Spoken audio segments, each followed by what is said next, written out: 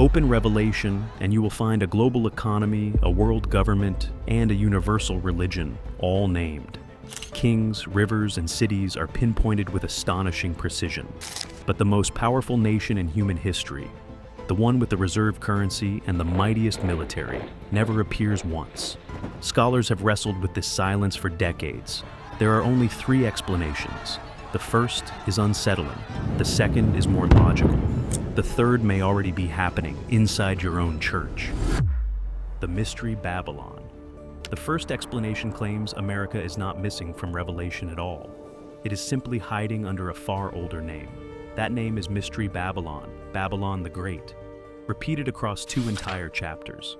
Before dismissing that as a stretch, it helps to read the actual profile against the modern world first. Revelation describes this power as one that sits on many waters in chapter 17, verse 1. An angel later explains in verse 15 that those waters represent people, multitudes, nations, and tongues. Her reach extends across the entire human race, not one single region. Revelation also describes her dressed in purple and scarlet, dripping in gold and pearls in verse 4. That is a portrait of dazzling, conspicuous, world-class wealth on full display. Revelation chapter 18, verse 3, adds that merchants of the earth grow rich through her abundance. Every nation gets entangled with her, every merchant enriched by trading with her. Revelation 18 then lists her actual cargo in striking deliberate detail. Gold, silver, fine linen, silk, costly wood, wine, and oil all appear on it in Revelation chapter 18, verses 12 through 13. Cattle, sheep, horses, and chariots follow right behind those luxury goods. Then, at the very bottom of the list, 2 final items appear together. Slaves, the text says, and souls of men, closing out the entire inventory. Luxury sits proudly at the top of that economy's exports. Human trafficking sits quietly tucked beneath everything else on the list. That is a system that trades in opulence while also trading in people. The list tells you what she sells. The next verse tells you who mourns when she burns. Revelation chapter 18 describes shipmasters, sailors, and everyone who trades by sea. They stand far off and weep when they see the smoke of her burning in Revelation chapter 18, verses 17 through 19. Those details point directly at a maritime power, a nation built on ports.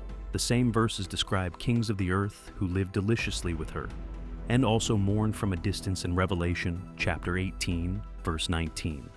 None of them approaches to help. They watch the smoke rise and grieve only for their own lost profit. Revelation chapter 18, verse 23, then blames her sorceries for deceiving every single nation on earth. The Greek word translated as sorceries is pharmakeia, the root of the English word pharmacy. Whatever this power produces, her media, her medicine, her money, casts something close to a spell. Match that entire profile against the actual modern world, and the parallels start writing themselves. The United States holds the world's reserve currency, the system through which nearly every oil deal runs. As of the final quarter of 2025, the dollar still made up close to 57% of global reserves. The Port of Los Angeles and the neighboring Port of Long Beach together handle roughly a third of all American containerized imports. Combined, that single port complex moves close to 10 million shipping containers in a typical year.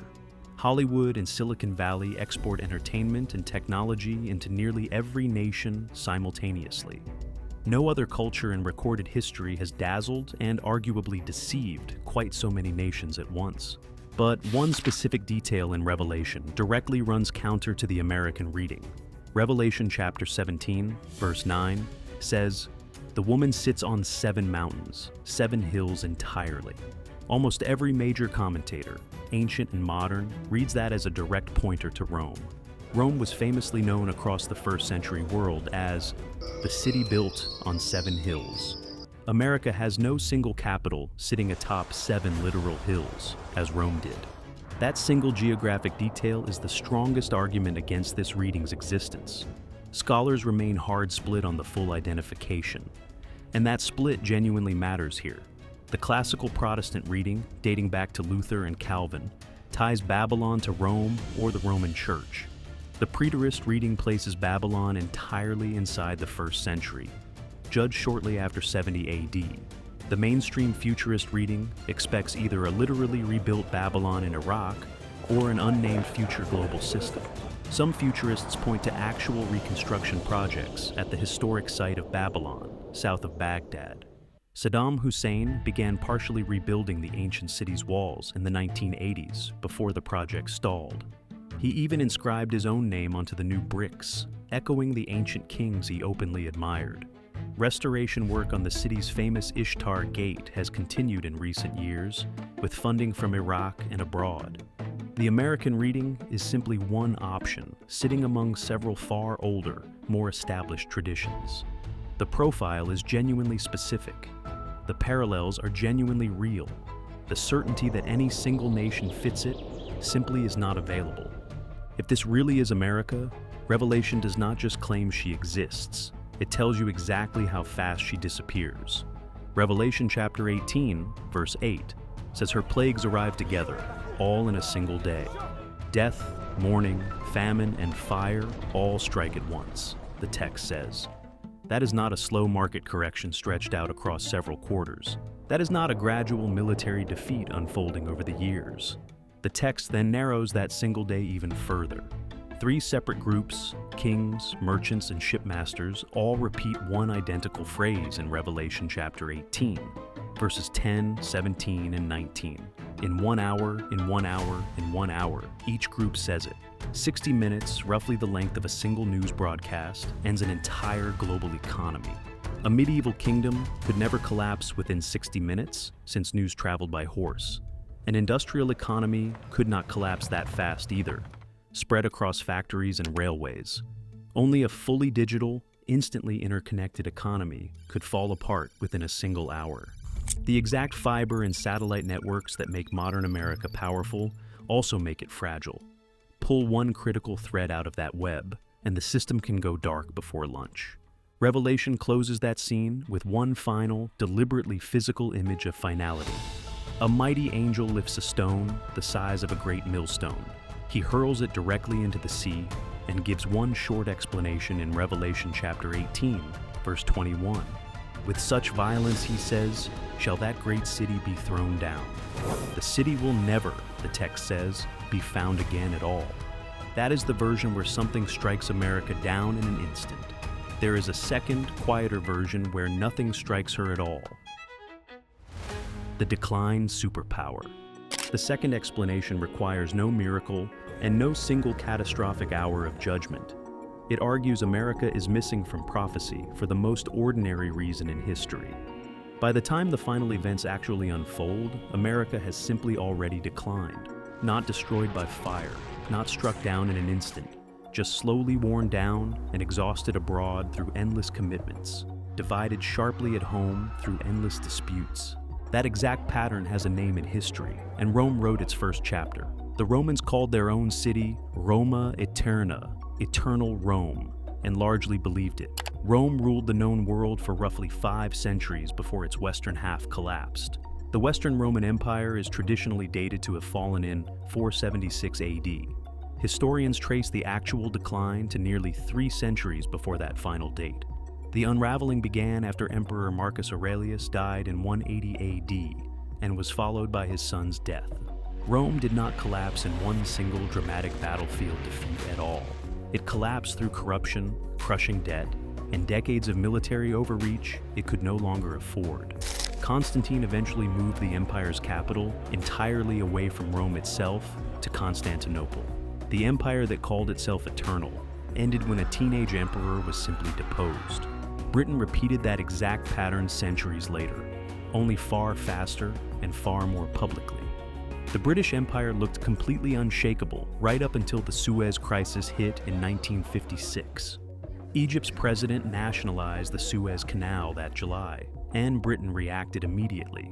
Britain and France moved militarily to retake the canal alongside Israeli forces. The operation succeeded on the battlefield within days, seizing the canal zone as planned. Then a sudden run on the British pound forced a complete and humiliating withdrawal. Britain discovered, almost overnight, that it could no longer act without American financial approval. Empires decline, one recent analysis put it, when military reach outpaces political strategy and financial strength. The Soviet Union collapsed through the same basic pattern decades later, dressed up as sudden. The USSR matched America in raw military strength throughout the 1970s and 80s. Its centralized economy quietly buckled underneath the full weight of that military spending the entire time. The decade-long war in Afghanistan then drained billions more from an already fragile system. By December of 1991, with little warning that satisfied most outside analysts, the entire Union dissolved. 3 empires, 3 completely different centuries, the same blueprint every single time. That same Suez pattern echoed through real headlines involving America during the 2026 Iran war. Commentators compared the standoff at the Strait of Hormuz directly to the Suez Canal crisis as it unfolded. America still held clear military superiority on paper throughout that conflict.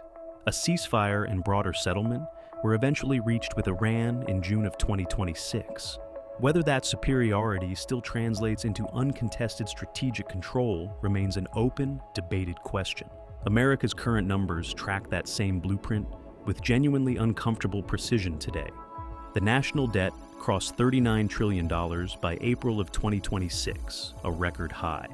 That figure is 36% higher than it was before the pandemic began. Total federal debt now exceeds 120% of America's annual economic output. Annual interest payments on that debt have now surpassed $1 trillion. That single number has already overtaken total United States defense spending for the year. America still operates roughly 750 military bases spread across more than 80 countries. No empire in recorded history has ever projected force across that much territory simultaneously. Rome, at its absolute peak, never came remotely close to that kind of global reach. History explains exactly how a superpower quietly drains itself from the inside. Scripture may already be describing the precise moment that draining becomes visible. Ezekiel chapter 38 verse 13 describes a coalition marching against Israel during the last days. Many prophecy teachers read Gog as a future Russia and Persia as modern Iran. Gomer and Togarmah, in that same reading, point toward Turkey and its regional allies. The same verse names Sheba and Dedan, smaller nations that many scholars locate in modern Saudi Arabia. When that invasion actually happens, those nations will only file a complaint together. Scripture calls the protesting group the merchants of Tarshish, with all the young lions thereof. That exact phrase has split commentators for generations, and the split itself is revealing. Some scholars trace Tarshish back to ancient Spain, since Phoenician traders worked that region heavily. Tarshish exported silver, iron, tin, and lead through those same seafaring Phoenician merchants. Others argue Tarshish represents Britain specifically, calling its colonies the young lions described. Read that second way, America becomes one of those young lions, a former British colony. A third reading treats Tarshish more broadly, as a symbol for all of Western Europe. Either reading still points toward the same broad bloc, the historic Western maritime powers. When Israel gets invaded under that future scenario, those powers only protest verbally. They ask a single sharp question and do not lift a weapon in response. If America is still the dominant global power by then, the silence makes no sense at all. America has functioned as Israel's primary military ally for more than 7 decades.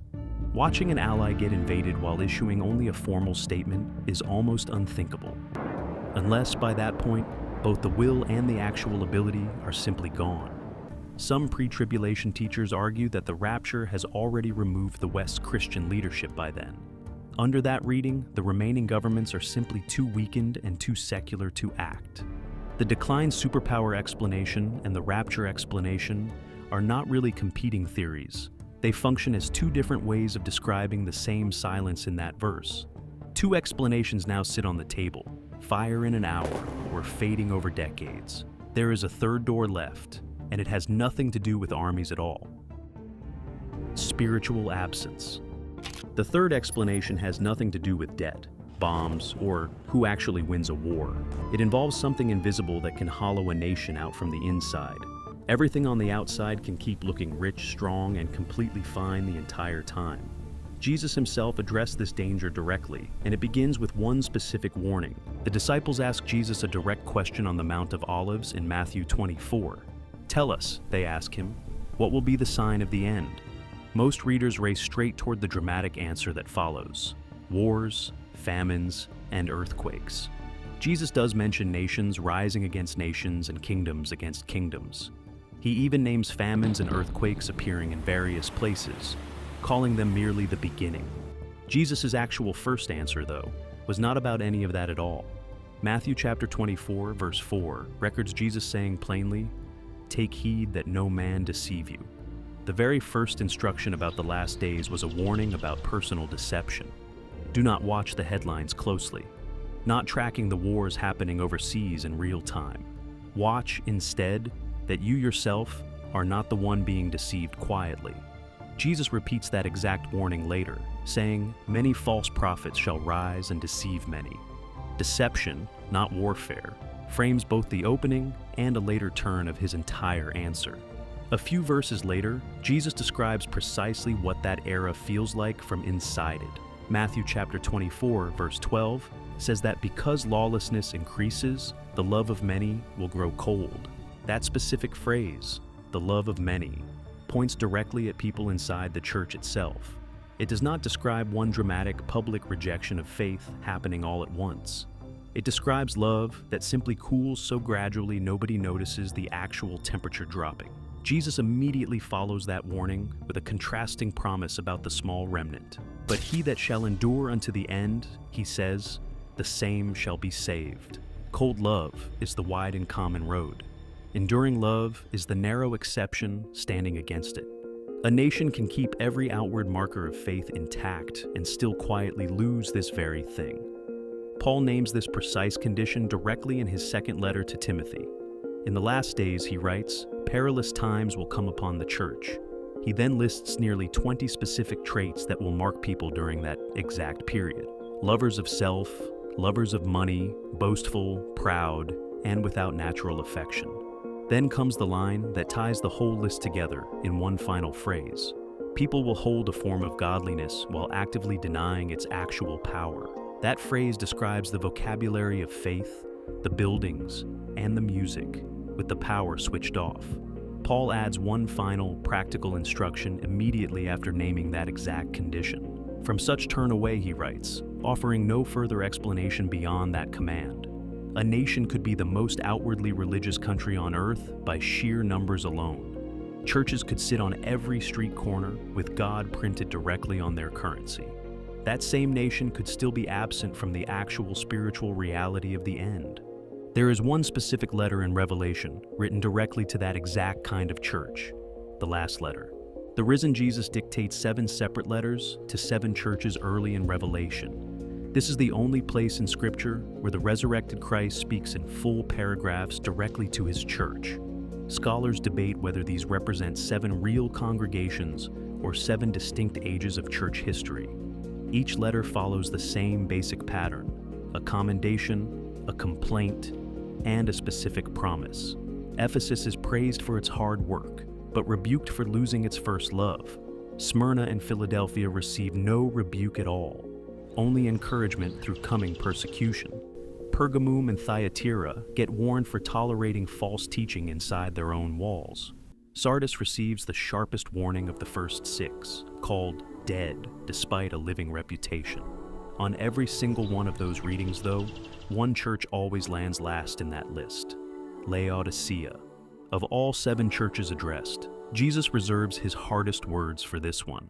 Revelation chapter 3 verses 15 and 16 record Jesus saying he already knows their works completely. They are neither cold nor hot, he says, and he wishes they were one or the other. Because they are lukewarm, he says he will spit them out of his mouth. He would genuinely rather this specific church run cold than stay exactly where it sits. A widely cited 1958 paper by scholars M.J.S. Rudwick and E.M.B. Green explained the warning through local geography. Nearby, Hierapolis had famous hot mineral springs that genuinely healed visitors who bathed in them. Colossae had cold mountain streams that genuinely refreshed anyone who drank directly from them. Laodicea's own piped water reportedly arrived lukewarm, useless for either healing or refreshing purposes. That specific reading dominated sermons on this exact passage for more than 60 straight years. Archaeological excavations at Laodicea, beginning in 2003, complicated that tidy explanation considerably, though. Researchers found Laodicea's actual ancient water system closely resembled the systems used at Colossae itself. A more recent hydrological study even questioned whether the water at Hierapolis was ever meant for drinking. Those hot springs were valued mainly for bathing and for dyeing wool, not for consumption. The clean geography reading may genuinely be less precise than generations of preachers assumed, but the core diagnosis itself survives every one of those archaeological corrections completely intact. Hot water heals a person. Cold water refreshes a person. Lukewarm water does neither, and mostly triggers nausea instead. Whichever specific city actually supplied that water, the underlying metaphor still lands the same way. A faith that accomplishes nothing useful for anyone is the precise target of that warning. Jesus does not stop at simply naming the diagnosis. He explains precisely why lukewarm is worse than cold. Revelation chapter 3, verse 17 explains that reasoning directly, quoting the church's own words back to it. Because you say, "I am rich, increased with goods, and need absolutely nothing." You do not realize, the text continues, that you are actually wretched, poor, blind, and completely naked, despite believing yourself wealthy and entirely secure. That is the actual gap between what a nation says about itself and what is objectively true. That specific wording was not chosen at random, and the local history explains why. Laodicea was famous across the Roman world for three things, all tied to its civic pride. It ran one of the wealthiest banking centers in the entire province of Asia. After a devastating earthquake in AD 60, the city refused imperial rebuilding funds entirely. It rebuilt itself with its own money, openly bragging that it needed no outside help. Laodicea also exported a glossy black wool, prized by buyers across the empire. Its renowned medical school produced a famous eye salve, which was exported in the same way. Jesus answers each boast with its exact spiritual opposite, point for point. Rich in banking, yet spiritually poor. Famous for eye salve, yet spiritually blind. Famous for fine wool, yet spiritually naked before him. The church's greatest civic achievements became the precise measure of its blindness. The mark of the final generation is not war, assassination, or sudden visible collapse. It is a people utterly convinced they are fine while quietly standing in real ruin. Jesus seals that exact picture with one more image, 2 chapters earlier in Matthew. As the days of Noah were, he says, so will his own coming be. People were eating, drinking, and marrying right up until the flood actually arrived. The days of Noah were not chaotic, violent, or visibly dramatic in any way.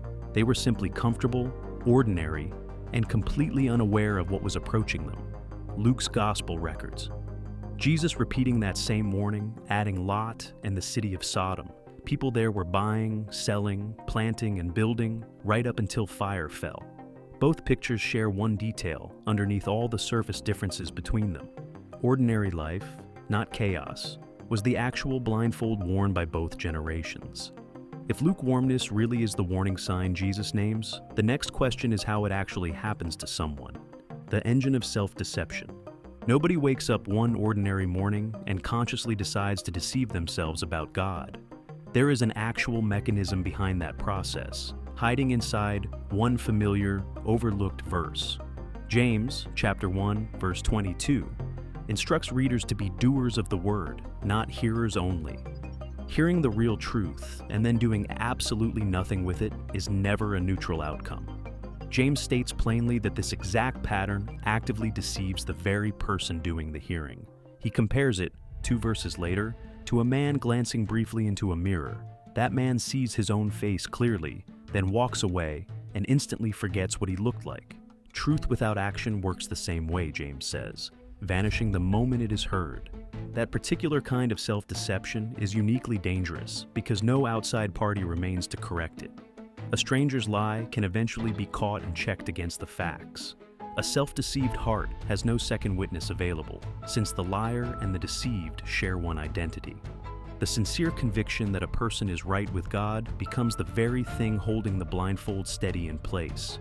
There is no external alarm that sounds when this specific kind of drift begins. The drift feels from the inside exactly like ordinary spiritual stability and quiet confidence. Paul identifies the specific mechanism behind that condition in his first letter to Timothy. In later times, he writes, "Some will openly depart from the faith entirely." He describes their resulting condition using one especially brutal phrase from that passage. "A conscience seared," he writes, "as if branded directly with a hot iron. Searing destroys a nerve's basic ability to register any pain afterward at all. A seared conscience can hear genuinely sharp truth and still feel absolutely nothing land from it." The same passage adds something subtler still, almost easy to miss entirely. Paul describes these same people as speaking lies in hypocrisy rather than open rebellion. The danger he names is quiet performance, not loud, visible defiance. Testing for that exact condition sounds nearly impossible, since the instrument doing the testing might itself be compromised. Paul gives the Corinthian church the one reliable method available for running that specific test. "Examine yourselves," he writes directly, "whether you are genuinely walking in the faith. Prove your own selves," he adds immediately, pressing the same instruction twice for emphasis. The actual standard is never how a person compares against everyone else sitting nearby. The real standard is the Word of God itself, since that Word ultimately judges everyone. Jesus himself makes that exact claim near the close of John's Gospel. "The word I have spoken," he says, "will judge a person on the last day." A heart does not take its honest temperature against the room surrounding it. It takes its temperature directly against the fire it claims to be carrying. That single instruction, "Examine yourselves," is the actual antidote to everything covered tonight. It applies whether America turns out to be Babylon, judged in 1 hour. It applies whether America simply fades, as Rome, Britain, and the Soviet Union did. It applies most of all if the real danger was never a nation, but a heart. 3 doors, 3 explanations, and 1 identical instruction waiting behind every single one. Thanks for watching. Now check out the videos popping up on screen for more unbelievable stories.